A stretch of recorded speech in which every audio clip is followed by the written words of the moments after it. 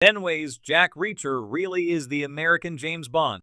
Even though Reacher and James Bond don't share a direct connection, several arguments support the opinion of Reacher star Alan Ritchson, telling Entertainment Weekly he thinks his show is essentially the American James Bond. Bond and Reacher share a great deal in common, despite being created in different countries, decades apart from one another. So far, every James Bond movie predates Amazon's Reacher TV show, although Tom Cruise's 2 Jack Reacher movies were released during Daniel Craig's reign as 007. While every James Bond actor brings something new to the role, the basic character remains similar to Reacher. The first James Bond movie was 1962 as Dr. No, and while the first Jack Reacher on-screen adaptation was Tom Cruise's 2012 movie, Amazon has since rebooted the franchise.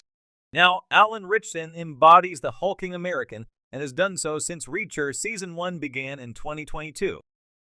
As such, Ritchson is only the second actor to step into Reacher's shoes, whereas several actors have portrayed Bond through the decades. Regardless, it's difficult to ignore the other connections between Bond and Reacher. Reacher and Bond both perfectly blend brains and brawn. Given the action-led nature of both franchises, it would be easy to have a protagonist who is always looking for the most explosive option. However, James Bond and Jack Reacher aren't just brutal killing machines. While both men certainly have long histories of violence, it's rarely their first option. Instead, Bond and Reacher make use of their intellect to analyze a situation before taking action. If bloodshed can be avoided, both characters will almost always find an alternative plan that circumvents the need for confrontation.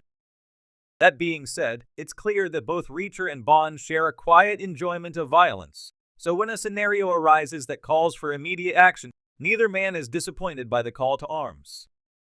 Their intelligence doesn't just help with the planning stage either, but also in the mostly flawless execution.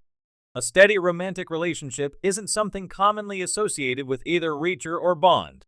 In fact, 007 has been with so many women that it led to the creation of the Bond girl category.